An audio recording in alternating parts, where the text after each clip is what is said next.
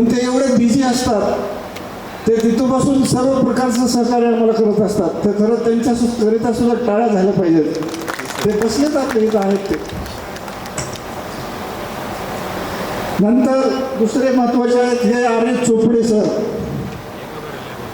त्यांनी 400 500 विद्यार्थ्यांची दिंडी काढली. आतापर्यंत 3 दिवसाचे साहित्य संमेलन केले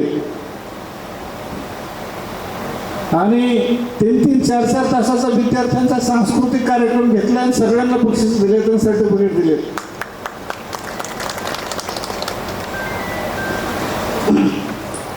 दुसरे महत्वाची व्यक्ती या ठिकाणी ढेपलेजी.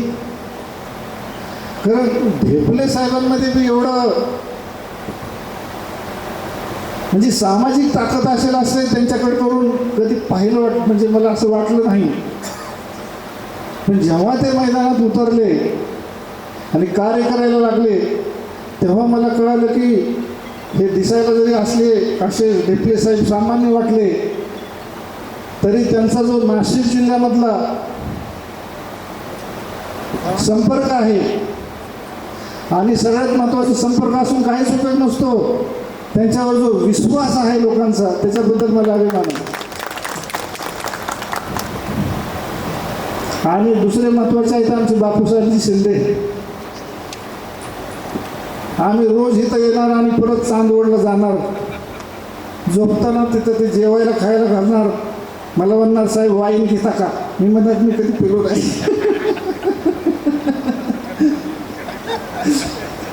आणि मग झोपताना म्हणणार हे बघा डॉक्टर तुमचं काही लग्न नाही, माझं काही लग्न नाही, जसं बोल तसं होईल ना, तुम्ही कशाला काळजी करताय, झोपा की.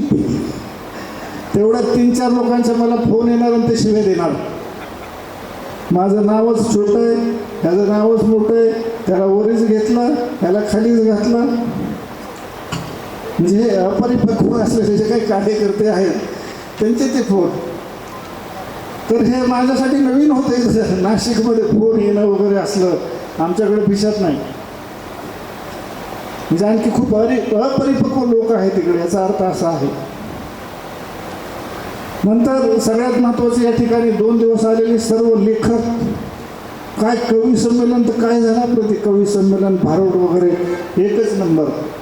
आणि ह्या दादांची ढेपले दादांची लावणी तर बस हे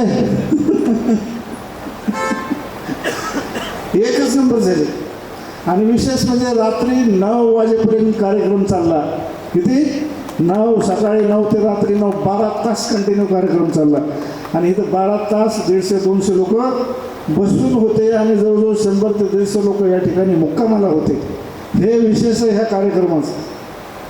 त्याच्यामुळे ढेपले दादा आपण वाळवंटात जरी कार्यक्रम घेतला आणि चोपडे सरांसारखी, बाळासाहेबांसारखी, सोमनाथ साहेबांसारखी, चोपडे सरांसारखी माणसं आपल्याबरोबर असतील, शिंदेसारखी, तर आपण वाळवंटात सुद्धा साहित्य संमेलन घेऊ शकतो आणि तिथली जी काही कला आहे ती लोकांना दाखवू शकतो आणि ते वाळवंट बी समजून सांगू शकतो. म्हणून म्हटलं जातं वाळूचे कण रगडिता तेलही गळे. आणि हे सगळं शक्य कशामुळे होतं तर आपल्या साहित्य संमेलनाला महाराष्ट्र राज्यातील जे काही बौद्धिक मंडळी आहे, सुशिक्षित मंडळी आहे, त्यांचा असलेला सहभाग आणि पाठिंबा आणि त्यांच्यामध्ये असलेली जागृती, याच्यामुळे हे सगळं शक्य आहे. नाहीतर आम्ही काहीही करू शकत नाही. तर अशा तऱ्हेने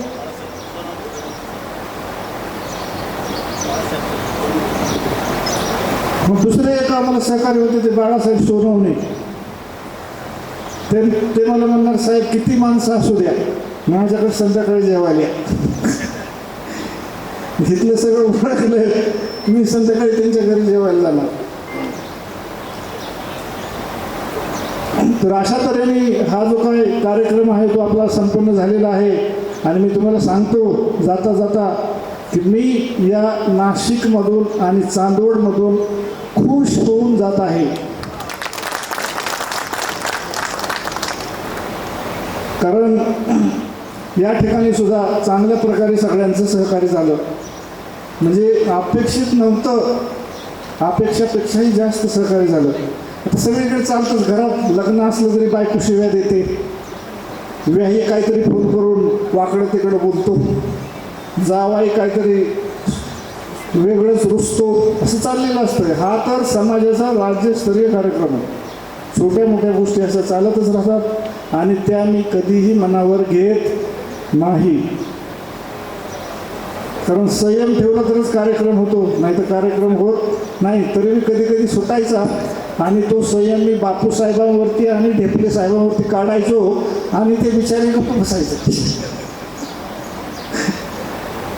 आणि जास्तच राग आला तर फोन करून बाळासाहेबांवरती काढायचो. अशा तऱ्हेने आपलं हे साहित्य संमेलन यशस्वी झालेलं आहे. आणि मी या सर्व नाशिक जिल्ह्यातील आणि महाराष्ट्र राज्यातील या ठिकाणी जे काही सगळ्यांनी सहकार्य केलं त्याबद्दल मी सर्वांचा आभारी आहे. आणि आभार प्रदर्शन आपले बापूसाहेबजी शिंदे करतील आणि त्याच्यानंतर राष्ट्रगीताने आपल्या कार्यक्रमाचा समारोप होईल. जय हिंद, जय मल्हार, येळकोट येळकोट.